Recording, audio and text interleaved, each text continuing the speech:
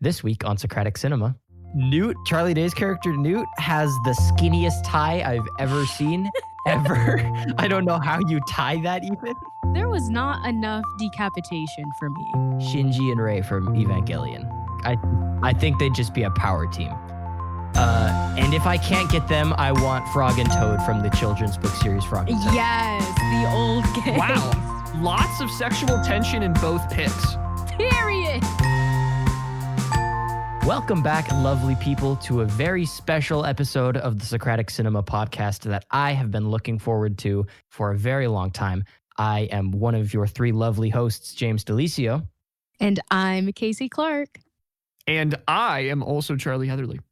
He's also Charlie I'm Heatherly. also, well, because Kasey There's did another. the end thing, and I, like, you know, the Oxford comma was left out of there, so I don't know what to do. I don't know. Oh, sorry. Yeah. I get you. It's fine. We're adding a little bit of variety. But today, just so I can grab your attention so you don't leave, we're talking about Guillermo del Toro's 2013 masterpiece of a film. You read it in the title. You know what it is. We're talking about Pacific Rim, baby. It's time.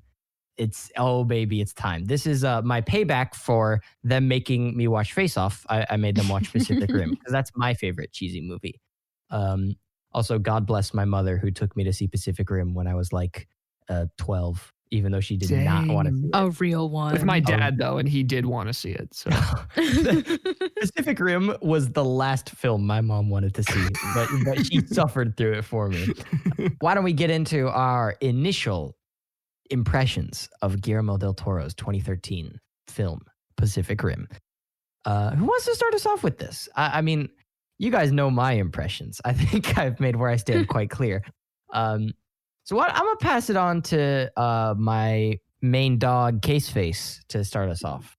If you're ready. Yeah, I can go. Okay. So I love fighting. I love not physically. Wow. Yeah. What a way to let me start that off. rephrase. Jeez. Let me rephrase. I love like fighting like Okay. Mortal Kombat, Injustice. I just like I like seeing hands thrown, you know. I love being the one to hypothetically be throwing them. So, but weirdly, I have not watched a ton of like the big monster v monster like fight movies, which is so weird because I like thoroughly enjoyed Pacific Rim. Like I feel like it was just really, really like kind of like a secret pleasure type thing where it's like, oh man, I'm gonna turn on Pacific Rim. It's crazy. Of course. Yeah. And it was great. I really enjoyed it. The cast really, really surprised me. I was like trying to remember main characters, like first, like the actor's name the entire time. I was like, it's the Sons of Anarchy guy. And he was in Vikings. And I was just trying my hardest. And then like Idris Elba came, and I love Idris Elba. My main problem with the movie, why in the world did they not give this man a fade? Yeah, no, literally. So they gave him a tired. high and tight, dude. The high and tight. I was like, oh no, Idris, why didn't you say something? They gave him the At least it was clean straight line. though. They straight. lined him up all the way around his head. Yeah, they hiked him up. It was They bad. hiked him up. I was like, dang. Jeez. And then Ron Perlman was in there too, and I was like, I love me some Ron Perlman, and he was just hamming it up as you know, the underground sleaze ball like dealer. It was great. It was an amazing movie. Out of 10, I'd probably give it like an 8.5. I really, really liked it. I'd watch it with my family. Like, and we'll get into it later, but I definitely would like like to place some bets on who would actually win, and I feel like that would be a great game to play with people. Oh yeah, yeah. Oh, a really great segment for a podcast too. That you should perhaps. Listen to. Wow. Yeah, I also very much loved seeing Will Ferrell's evil twin Ron Perlman in this movie. That's what you call him. He looks So like funny. he looks like Thanos crossed with Will Ferrell as Ron Perlman. Stop it! That's evil. Not just. Dude, they should have had Ron Perlman play Thanos, honestly. But That Charlie, would have been so good. Charlie, let me spin it over to you because I was scared. All right, I was scared because you love Face Off and you had us watch it, and I really didn't like it. And I sort of had this moment when I realized we were all watching Pacific Rim that what if Charlie hates it and the roles are reversed. So just know that everything is on the line here. Yeah. Well, so I've seen this movie before. I saw it when it came out. And for a brief moment, I was like, it would be sweet revenge to come in and play devil's advocate and say that this movie is horrible and awful. But Pacific Rim is genuinely the goofiest thing I've ever seen. And I think that needs to be respected and honored because of how insanely fun this movie is. My favorite part is that every character should not dress the way that they actually do. Like, do you guys remember the main scientist who was like Idris Elba's right-hand man, like the guy in the chair for... Oh my gosh, yeah. What was his name? Tendo or something? Yeah, why is he Tendo. Elvis Presley, but also like a giant nerd? Yeah, hipster Presley. Hipster Presley. Yeah, what's going on there? It's crazy. Every character has tattoos for some reason. I don't know why they thought so many people needed tattoos. Charlie Day's character, 2 Charlies in this movie. That's pretty rare. But I like the representation. Charlie Day had like a bunch of freaking tattoos on his character for no reason, I guess. Because he's just kooky. Yeah. Hey, Hannibal Chow looks like half of a golden lobster. So that's pretty cool to me. I like his shoes. Pretty nice. Yeah. And then Idris Elba, it's like he got a baseball cap without the cap part just imprinted into his head. Like, 3D sketched into there. I loved all of the design in this movie. And what I especially liked is actually the setting. Like, for whatever reason, it's that hangar where they have all of the mechs is super cool to me. All the Shatterdome. The Shatterdome. The Shatterdome is badass. Like, it's one of the coolest things I've ever seen in a movie. But definitely do not pay attention to anything that happens in this movie or any of the logic. Literally just let yourself be taken away by a giant bloody fest of, like green and blue blood, and, let that consume you and sort of have that fun over the top atmosphere take hold of you. Cause that's where the real fun of this movie comes into place. Now, 8.5, I think is a little high. I'd probably go to an 8 personally. 8 just for fun factor. Literally just for fun factor, actually. Every other part of the movie regarding plot or cinematography is, well, I guess the action scenes were pretty good, but, 8. Solid 8. All right. I feel that. I'm going to add in, while we're talking about goofy character designs, I just want to point out the jerk scientist, who I'm forgetting his name, Gottlieb. Gottlieb's haircut. They did him wrong, too. Oh, they did him so dirty. Newt, Charlie Day's character Newt, has the skinniest tie I've ever seen, ever. I don't know how you tie that even. It's opposite of Trump. The Charlie Day Trump spectrum. You got to be somewhere on there for good styling. But so this is a childhood favorite film of mine. I saw this movie when it first came out and watched it like every day for the next month. I know this movie pretty well. It's like, but I hadn't seen it for a while. So coming back to watch it for Socratic Cinema was like a warm hug. And I always knew that I loved this movie, but I never really like wanted to say it because, it's Pacific Rim, right? It's not, it's no Shawshank Redemption or whatever. But I'm not afraid to say it anymore. I think Pacific Rim is objectively a good movie. Like, yes, I'm a big fan. Like Charlie said, a lot of it is the fun factor. It's a very fun movie. And I think it would be hard to deny that the action set pieces and the Jaeger designs and the kaiju designs are super original, very fun. I love the sense of scale that they're able to bring to the Jaegers. Yes. They Yeah. feel enormous. Watching them walk through the ocean like that. Oh, so good. I love how much weight everything has behind it. That was one of the big complaints with Uprising, was that the Jaegers felt like they were too agile, too nimble. Or in the first movie, they were sort of these big hulking behemoths. I think especially you see that in the Russian one, Cherno Alpha. That's another thing. I love the names they give to everything in this movie. We've talked about it. I'm a sucker for names. The Shatter Dome, even just like Jaegers and Kaijus, so cool. Gypsy Danger, Cherno Alpha, Crimson Typhoon. It's so cool. Is the Australian one is like Eureka Striker or something, right? Striker Eureka. Oh my gosh. It doesn't. And even the Kaiju have names. Leatherback, Oni Baba, like Knifehead. It's so good. Yeah. The world building's insane. The world building is insane. And for a franchise that consists of 2 films and a new Netflix TV show that just came out, there's a lot of Pacific Rim lore out there, I was learning. Like a lot of lore. I started watching the Netflix show, by the way. It's pretty good. Maybe we'll talk about that later, but I can admit that there's some faults in this movie. It takes a little while to get to the Jaeger action.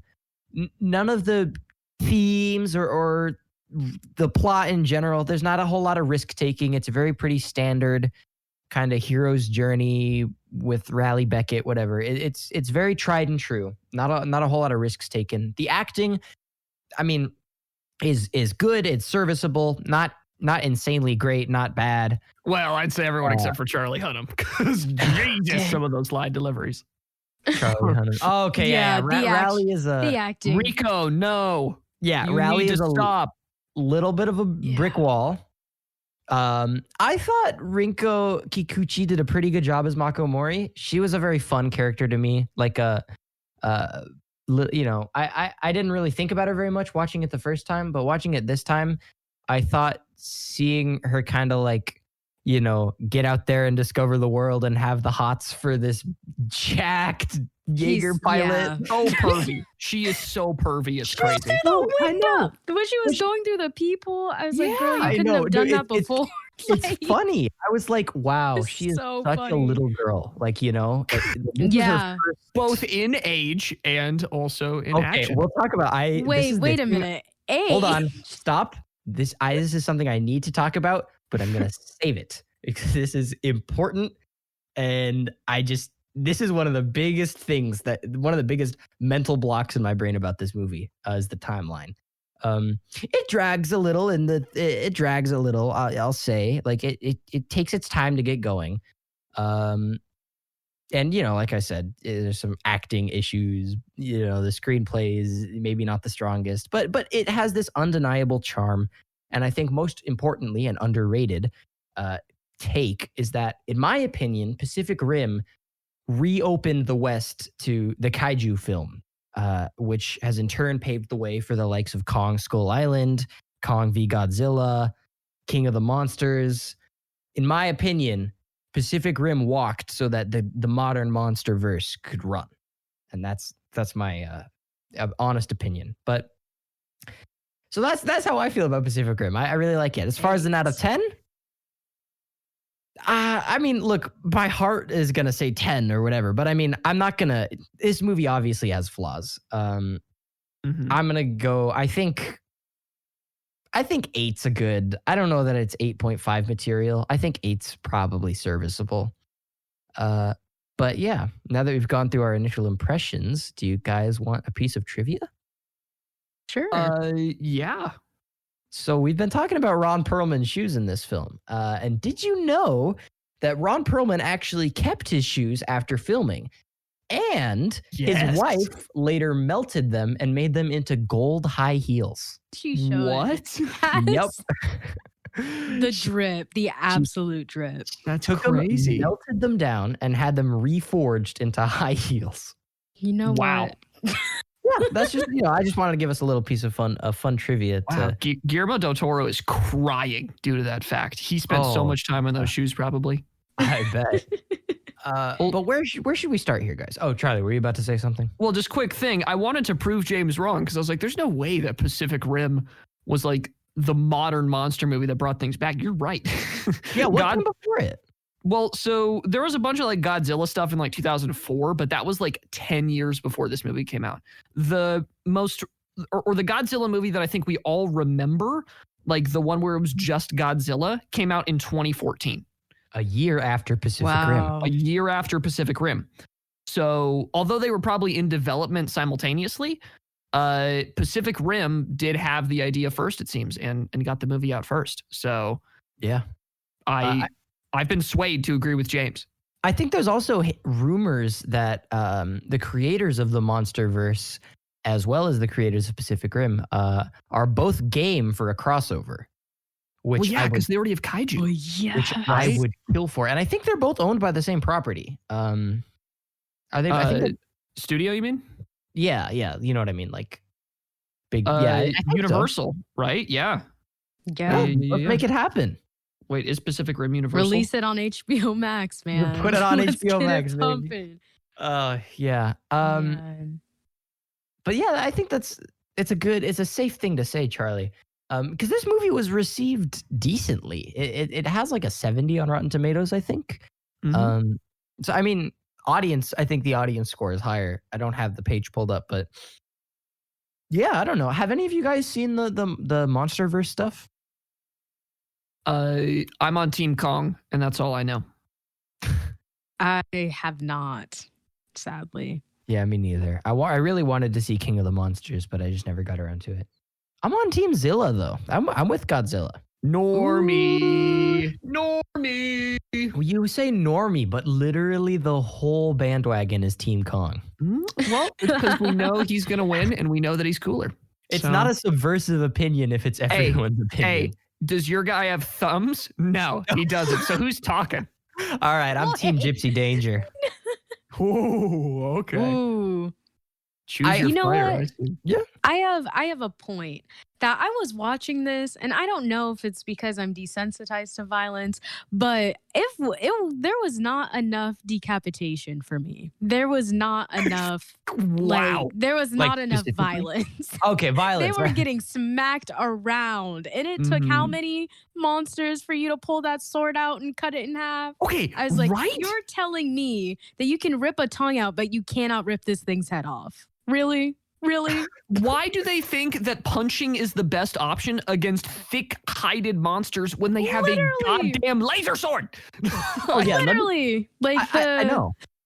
The Cherno Alpha literally was like putting the monster in a headlock and like just bashing it. I'm like, I appreciate the ye old punch him in the face move, but come on. Look, they're Russians. You got to give it to them. And to be fair, Cherno Alpha is a Mark 1 Jaeger. It's the first line. I think Gypsy Danger's like Mark 3 or something, so they had time to upgrade and get cool weapons. But yeah, why did it take them until they got dragged up into outer space to equip the sword button?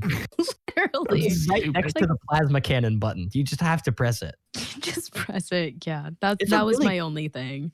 I feel you. It was a little. I feel like some of the action at some point just got a little maybe repetitive. I think the fight in Hong Kong, like in the city, was the best.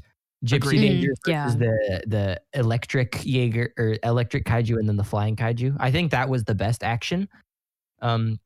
What a cool sword design, by the way. I love how it like flops out and then snaps into place. That was really cool. Go ahead. I will say Shinji and Rei from Neon Genesis Evangelion did get guns in their designs. So why'd they never think maybe we should just outfit this with really big bullets and a really big gun? Like they just we need everything on board. It needs to be powered by the internet or whatever. So an EMP wipes it all out. Like what bad planning as well. I feel like that was really bad. They're like big robot smash instead of, big robot needs to get through, this thing's armor. How are we going to do that? They just sent them out to die essentially. Poor half of them. We got like half a fight scene with Crimson Dynamo, the Russians and like, whoever else. Like it was so quick. I felt so sad. I know. Yeah. I'm with you for sure. I think Crimson Dynamo's an Iron Man villain. I think it's Crimson Typhoon. Oh, Crimson Typhoon? Yeah, whatever. Crimson something. Crimson Forgettable. Yeah. Crimson Dynamo. Rip the triplets, man. But I honestly, Crimson Typhoon is it might be my favorite just because I think the 3 arms is so unique. And I love how he can like rotate the torso independently from the legs. That was so cool. And then they went out like punks. I know. I was sad. He got underused. And he has like razor blades on his hands. He's cool. And I like how each Jaeger brings something unique to the table. Like Cherno Alpha has the spring lock punch. Did you guys notice that? How his like that was cool. His punches are like spring powered. It's just everything is so mechanical. That's something I really like is sort of how it's not just like, oh, they're powered by magic future technology. It's like, no, these are big machines. Like they have spring powered punches, and this one's literally nuclear. I think it's so cool that Gypsy Danger is nuclear. It doesn't make any sense, but it's really cool. Poor design. Let's just let a nuclear reactor get throttled around by. Well, its last defense is the fact that it is a nuclear bomb. True, very true. But I think while we're on the topic of discussing the Yeagers, I want to get into the question of which Jaeger would win in a fight against the other Yeagers.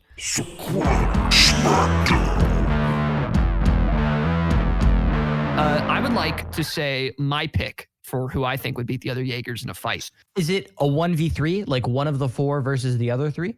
Yes. If I had to choose one to like protect me, I would choose this one.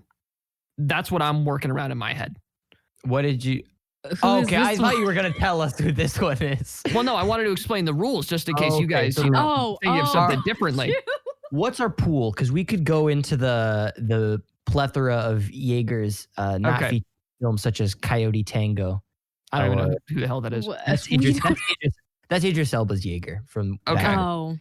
We do Gypsy Danger. We do Crimson Typhoon. We do Chernobyl, whatever. Yeah, I forgot the name, and then we do the Eureka Striker, right? Or Striker Eureka. My pick is Crimson Typhoon, piloted by the Hemsworth brothers. I want all 3 of the Hemsworth brothers inside of Crimson Typhoon working together with their Australian magic. Because as we saw, the Australians are the best at fighting. Yeah, they would demolish everybody else due to sheer number 1 looks. Everyone's intimidating. Number 2, just power. Raw power and connection. These guys are superstars, and they've been trained to fight by like the best fighters in the world for all these movies. They already know what's up. All right, they don't need any more training. They're jacked as well, because apparently that's something that you need to pilot a giant robot. I don't know, but that's my pick. Fair. I raise you. What if they happen to fight an EMP kaiju? Well, wait. Do any of the Jaegers have EMPs? Oh, no. Right. I forgot we're not fighting kaijus here. Yeah, this is why I explained the rules. And you even have technically an EMP because you have a Hemsworth. You have Thor. This is true. I have the God of Thunder. Wow. That's big. And the big sheer choice. force of all of their abs combined. I have 24 abs at my disposal. Kasey, do you have a pick? Do you know who your I think I have half of a pilot pair. Okay. So I would pick Gypsy. Mm-hmm. And Solid. I know for sure that one of the pilots has to be Jason Momoa. Oh, big. Damn, because I feel like, I'll come back with my second pilot. But can I suggest one? Thinking? Oh yeah, who are you thinking, Charlie? Henry Cavill. I want Aquaman and Superman. Ooh. Yeah. That's good. That's good. I'll think about that. I'll stew on it. But on to you, James. I'm thinking I definitely want. So I mean, my natural pick would be Ava Unit 1, just because of Berserk mode is so powerful. But see, that's the wrong. That's the wrong Pacific Rim style piece of media. Mm-hmm. I'm gonna go with Striker Eureka because I like how fast it is, and I like the chest rockets.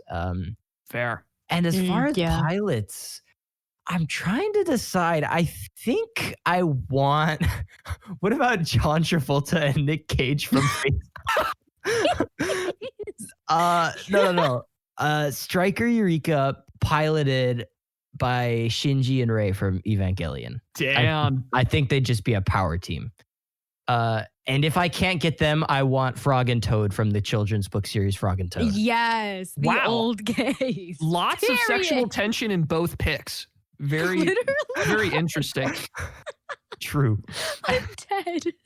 But as we know from Gypsy Danger and the two characters that were in there, sexual tension does lead to better robot fighting. That's true. Yeah, in Pacific Rim, the Black, which I've seen 4 out of 7 episodes of. There's like a husband and wife Jaeger pair. It's a pretty cool show. I'm not gonna lie. The animation's a little wonky, and it also has the redhead from Austin and Ally in it. No way. What? Yeah. Okay. Is it live This action? is a lie. No. He's the voice actor of the main character. And Main character. Not Des. Yes. and I have some problems with the show because the whole I think Pacific Rim is something that needs to stand alone. It's a cool universe, Sure. but the whole point of this movie is that they finished the fight. So Pacific Rim Uprising cheapens the first movie by having the fight continue.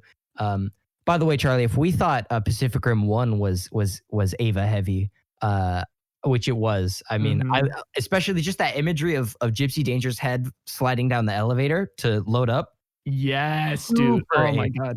god.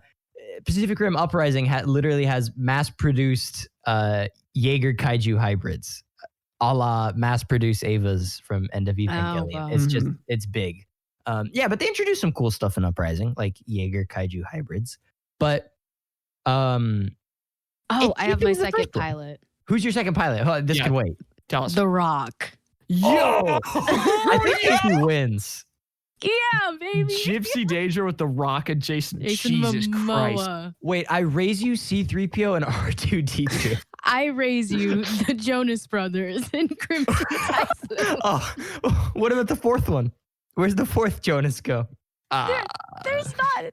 There There's a fourth one. Yeah, there's a fourth one. Fourth Jonas brother. Yeah, it's like Doug or something. Is it Craig Bro. Jonas? Oh no, we already forget about Kevin. Who's Kevin? Oh my James. Jonas Brothers. Oh wait. Oh no. I I only know would Nick. describe him as the third Jonas brother. I only know Nick and Joe. Yeah, the cool ones. Just- Yeah. No, I'm kidding. I Oh. love all the Jonas brothers. I know Burning Up by the Jonas Brothers. That's a good one. Red dress. How about Honeydew and Beaker from the Muppets? Oh. Oh yeah. About Kermit and Miss Piggy. Cool. Speaking Damn. of sexual tension. Yeah, speaking of Jesus. That is- The protagonist and Neil from Tenet would throw down. Speaking in of a- sexual tension, yeah, wow. Oh my gosh. Oh, Dude, wait, what if you took a Jaeger through a temporal pincer and did something like Good that? Lord. gosh, that would be insane. Well, the Gypsy Danger is a no-go because the nuclear reaction would go backwards and it would just turn off.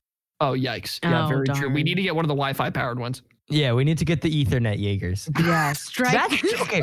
That's totally Ava too, because that's totally Ava as well. Because Yeah. they have the power cords, the umbilical cables, Uh, which apparently, by the shout way, out Warhammer Titan umbilical cord. Oh, yikes. yeah. So while we're here, we might as well just say this film is a love letter to like mecha anime. Totally. Apparently, in the original screenplay, there's all sorts of references just to be like, oh, this should be like that one part in Evangelion, or this should be like that one part in this mecha show. Oh, that's awesome. But Guillermo del Toro claims he's never seen Evangelion. Really? Which is weird. 'Cause Damn. this seems like he was one of the two writers. But still, I almost don't believe him. No, I think it's really funny if Guillermo del Toro's like, this is such a creative, original vision. I absolutely love it. And then the other writer is just writing down all of the things that he probably like subconsciously stole it from. Good artists borrow, great artists steal. Exactly. That's what That I'm part. saying. Yeah. But you guys should check out Pacific Rim the Black. It's a lot. It's really gritty. Like it's surprisingly dark.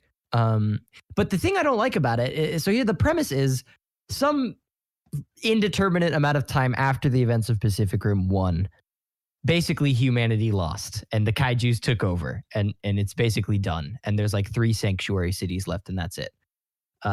So right off the bat, it's like, okay, well, screw the rest of the movies, I guess, because they just lose. It cheapens the first ones and that's my problem. But think of like, it's Mad Max meets sort of like Left Behind. It's like these 2 siblings are basically left behind in this apocalypse like Jaeger, kaiju ridden Australia. And they find like an old abandoned training Jaeger. And so they have to like pilot it to, just get through the apocalypse. It's really cool. And it's, it's just very fun. And it's cool because it's a training Jaeger, so it doesn't have any weapons. So it's all just beat 'em ups. Hell yes. Yeah. But Wow. Charlie, you sound like you had a revelation. God, wait. What if we get the Russian Jaeger, and inside of that we put Conor McGregor and Mike Tyson as the world's best boxing and grappling taekwondo jiu-jitsu. I don't know what Conor McGregor does specifically. MMA, we'll say. Imagine that. Just imagine. Big. That's big. They'll just end up fighting each other.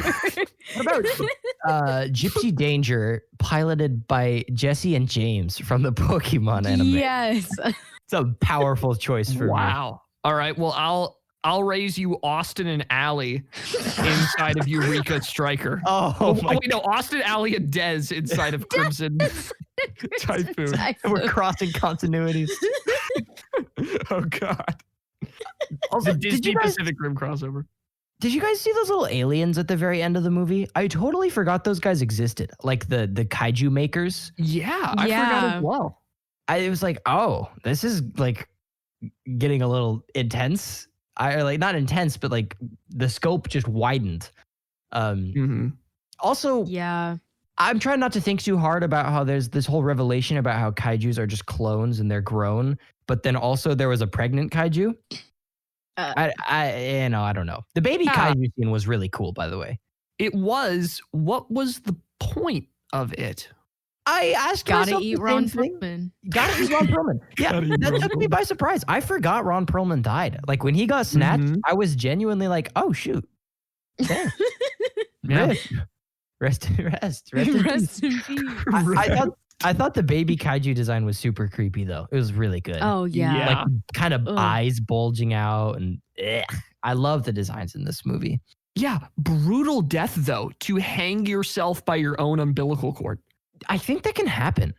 Yeah. Like, I think that's a real life thing. Super weird thing. Yeah, my brother, when he was being birthed, his umbilical cord was wrapped around his neck, and that's why we had to do a C-section. Sorry, Holden, if you're gonna watch this later. I was really scared how that story was. Yeah, I thought you were gonna say your brother died. No. I've talked to your brother before. What are you Turned talking out he was about? a kaiju. Turned out he was a kaiju. Codename Holden. Codename Holden. Holden, I'm sorry. Yeah, no, but the designs in this movie are great, and rip to that baby kaiju. Yeah, pour one out, man. I wanna mention. Charlie mentioned something about our lead Mako Mori's age in this film. Oh my god. Oh yeah, I forgot. Yeah, can you explain to us the age of that character, please? Yeah. So I had this realization way back when this movie came out, and it unsettled me. And I hoped that coming back it would be better. It wasn't. In fact, it may have been worse than I thought. All right, this is a whole. I'm so scared. I present to you the confusing case of Mako Mori's age. So let's set up some premises first. First things first, we all acknowledge that Raleigh Beckett and Mako Mori are clearly a thing by the end of the movie, right? Yeah. Sparks flew. They did the forehead touch, right? They're definitely the helicopters coming. They're definitely smooching after the credits roll. True. All right. Okay. Now, she looks to be grown in the movie, right? She's definitely at least like 20 something, old enough to date Beckett, right? Mm-hmm. Hopefully. She looks it. She certainly looks it. So let's talk about the timeline of this movie for a little bit. The movie starts on the first kaiju attack, which I learned is referred to as K-Day within the canon because it's Kaiju Day, which I just think is neat.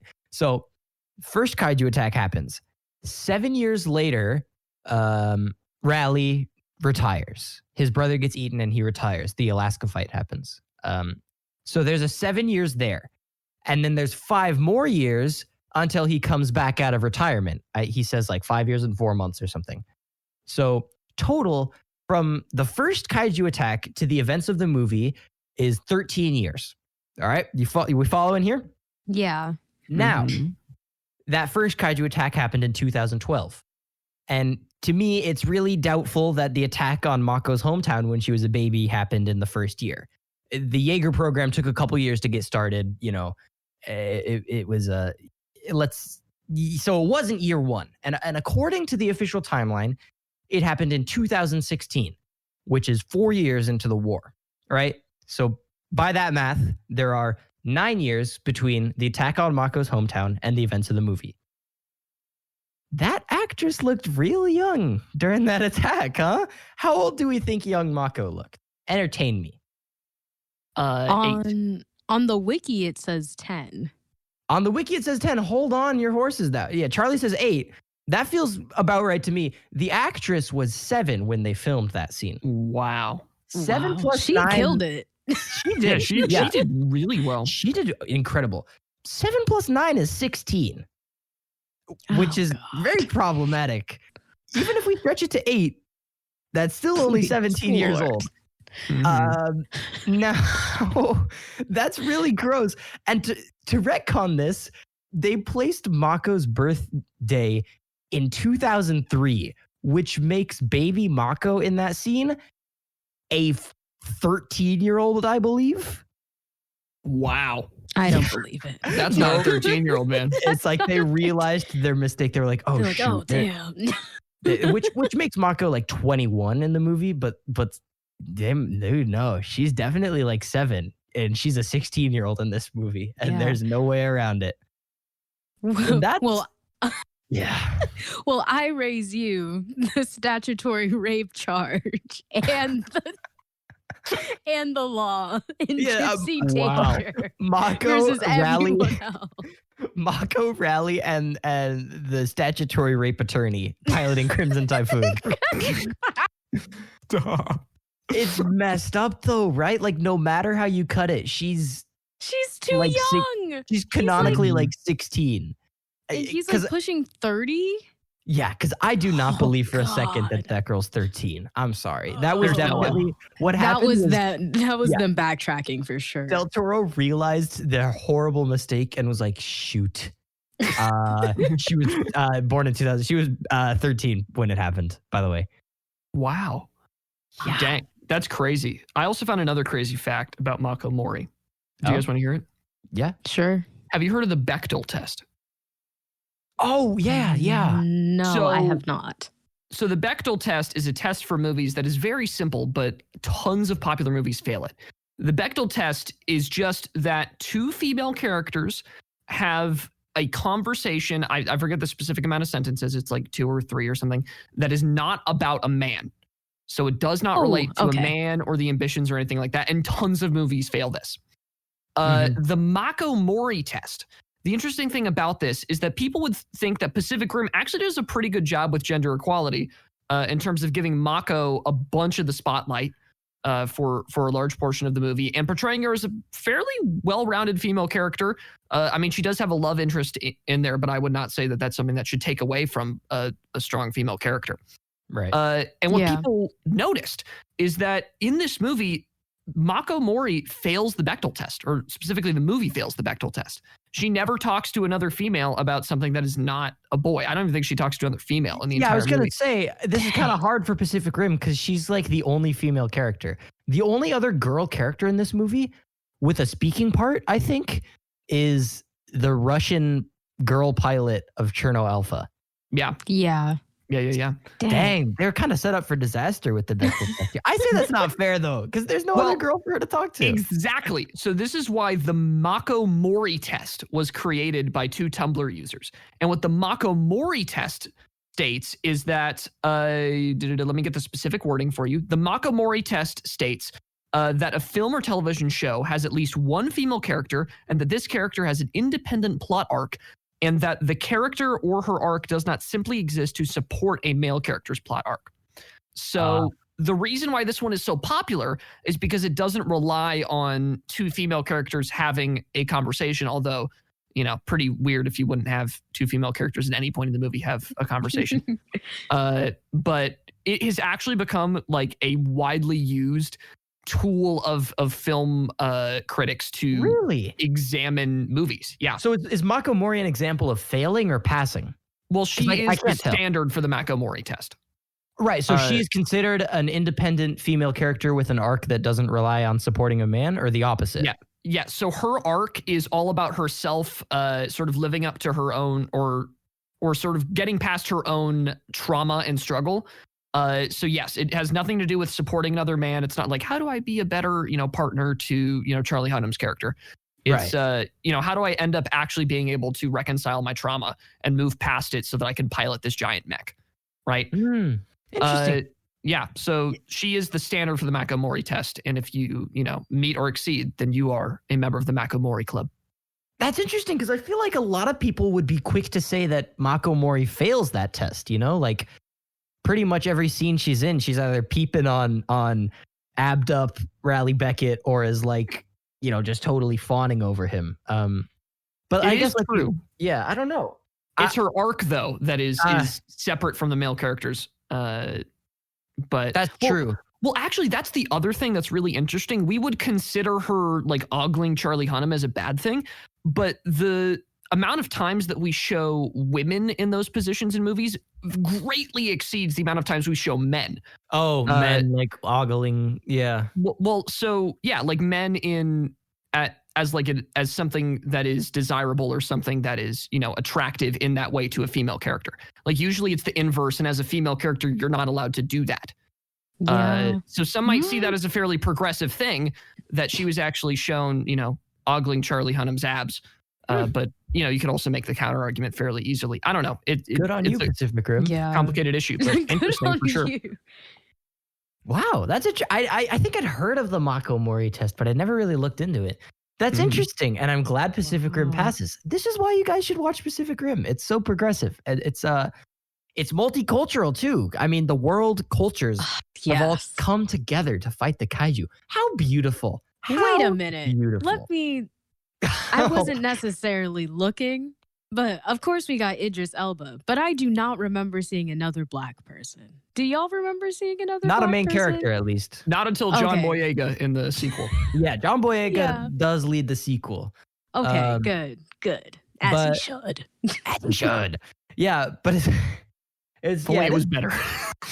If only it was better. Yeah, poor John Boyega. It is funny though that like 3 of the 4 surviving Yeagers come from white people countries. It's like, wow, where was the African like Yeagers? Because like every country had a Jaeger. Right? Every single country? Most of them. They're probably like, we're not gonna. We're gonna sit we're gonna like these white people be crazy with all this. They're like, listen, we're in an underground society by now. They said, dude, they don't need Jaegers. Imagine a vibranium Jaeger, dude. Bro, freaking, they are. They're in Wakanda. They like, call it like true. They're like, we made walls that work. Literally, they're like, they will never find us. Dude, imagine like a Black Panther Jaeger. Oh yes, my gosh. Sign me up and you give could John make so Boyega many- another chance. You could make so many cool names out of that premise. I'm just thinking, who doesn't want a Jaeger with Panther in the name? That's so cool. Yeah. Anyways, that's rough. You're definitely right though, Kasey. It's not perfect, but I like the idea of the worlds coming together to build robots. Me too. I was like, okay, period. We're pooling resources. We're out here saying, you know what, capitalism, this predatory society, we're getting more better. Forget debt, build Jaeger. Literally. Man. I have one final Crimson Typhoon that I'll raise you. Lakeith Stanfield. John Boyega and Daniel Kaluuya. Oh my God. I love it. And it's It just wins. like the The Black darling- Power Jaeger. The darling boys of black cinema. It puts a single black glove on the hand that it shoots the Yes. plasma with. That's his superpower. He's like, you can't kill me. I'm black. Wait, isn't there a similar test to the Bechtel test where it's like, does the black character survive? This movie fails that test. Idris Elba dies. True. Damn. Idris Elba does die. He does die. Also, And you for want- yeah. Australian son dies as well. I feel like nobody talks about that. That's so sad. Yeah. When he says he Hercules. Marshall Oh. something, I was like, dang. Yeah, I was right? like, oh man. I just want to point out, I love Idris Elba's character name, Pentecost. Pentecost? Yes. So badass. Oh my That gosh, is dude. kind yeah. All the names. This movie does so good with the names. It's like 100%. yeah, it's incredible. Apparently the Australian father and son, the father is only like 14 years older than the son actor wise. I just think that's funny. I think that matches Australia pretty well. For being Yeah, it's, honest. it's pretty average Australia. Yeah, the son's in preschool. Dad is freshman in college or freshman in high school. Freshman in high school. High school. Oh God. Makes sense to me.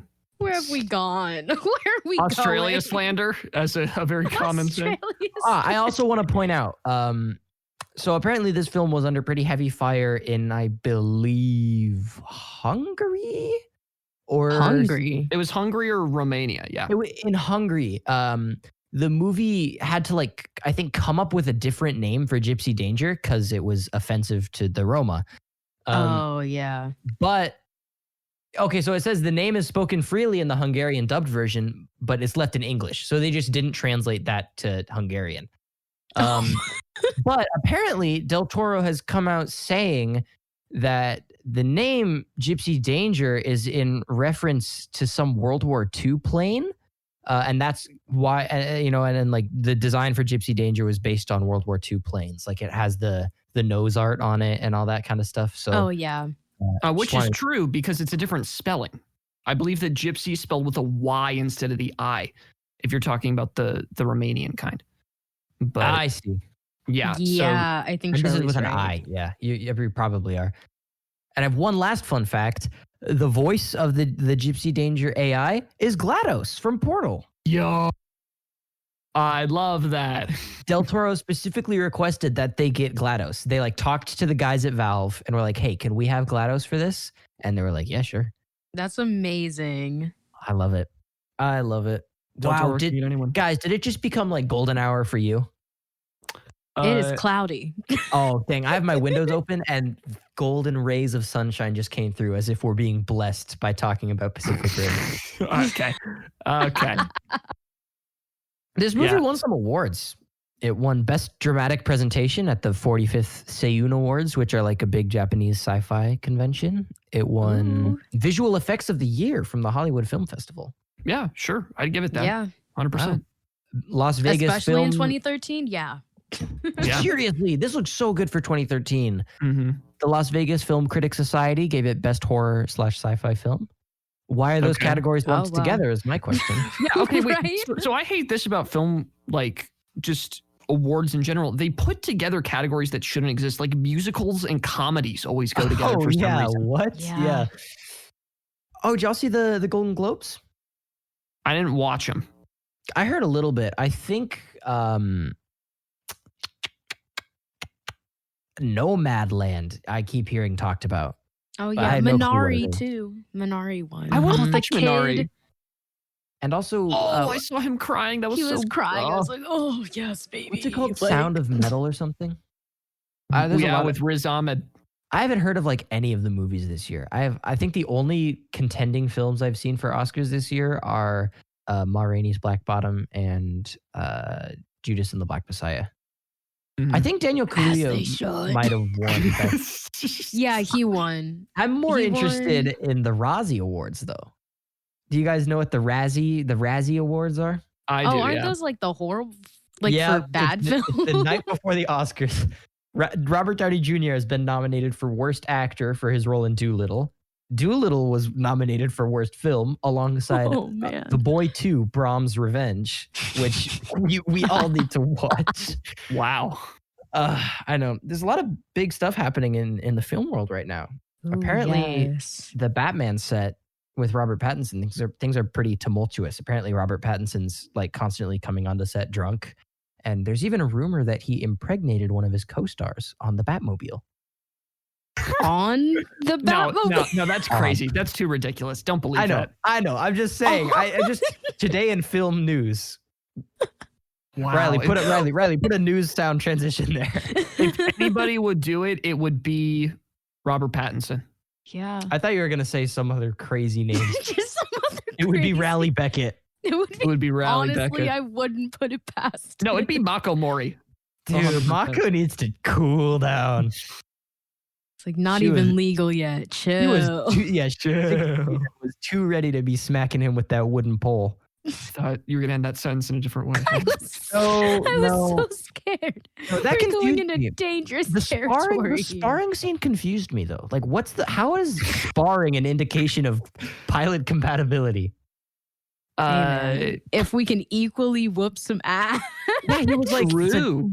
it's a dance, but there's always a winner. Like, someone wins. Someone's stronger than the other in a fight.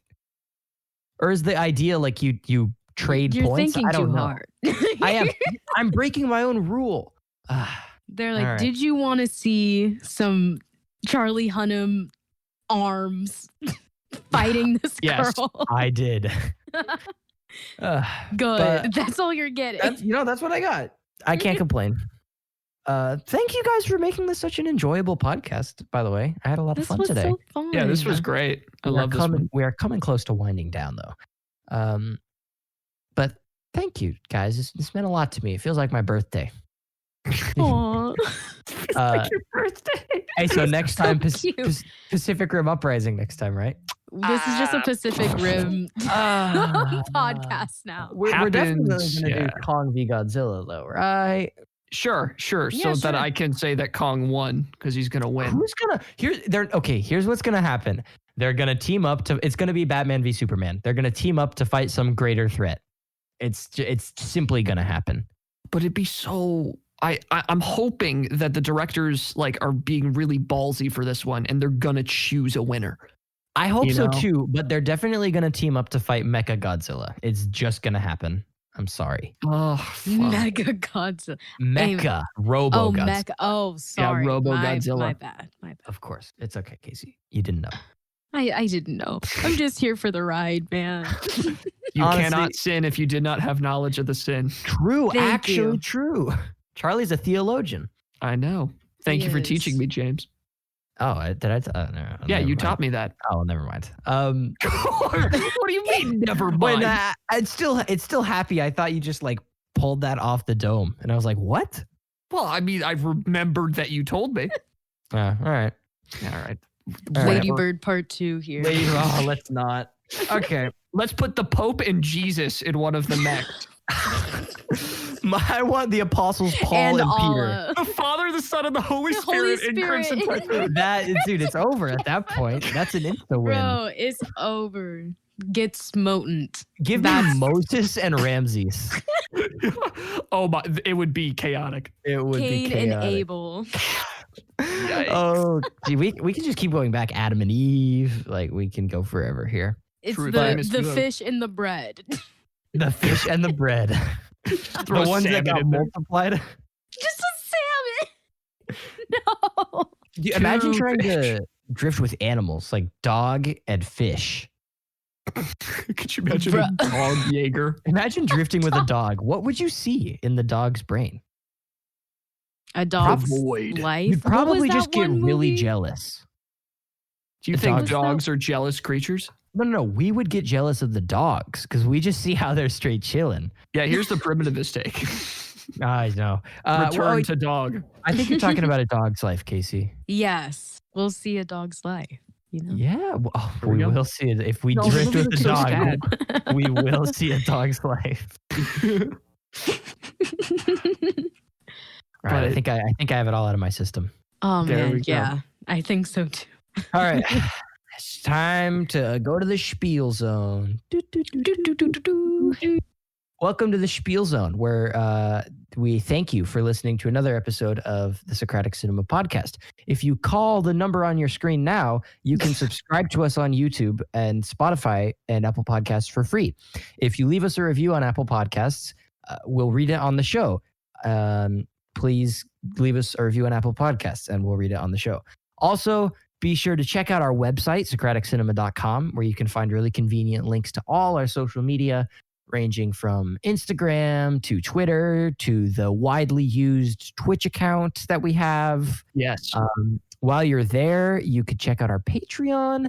If you like this episode and want to hear more like it sooner, consider becoming a patron for as little as $1 a month and help support the show, help us to continue to boost that production quality.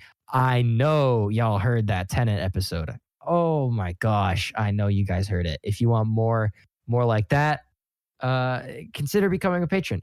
There's nothing against you if you don't. It's just if you want to, if you feel inclined to support the channel, there's an option for that. But that's pretty much the end of the episode. So thank you again so much for listening. We hope you enjoyed. Hope maybe you got something out of it. Maybe you're inspired to give Pacific Rim another chance, because it's a pretty nice little film deep down beneath all the hate and all the seemingly nonsensical aspects of it. I'm just talking at this point. I don't even know what I'm saying anymore. What happens to the spiel zone? One more Get thank lost. you. Yeah, all right. I'm pulling us out of the spiel zone and into the bye-bye zone. Thank you again for listening. We've been yours truly, the indomitable Socratic Cinema podcast. Stay sharp. Adios.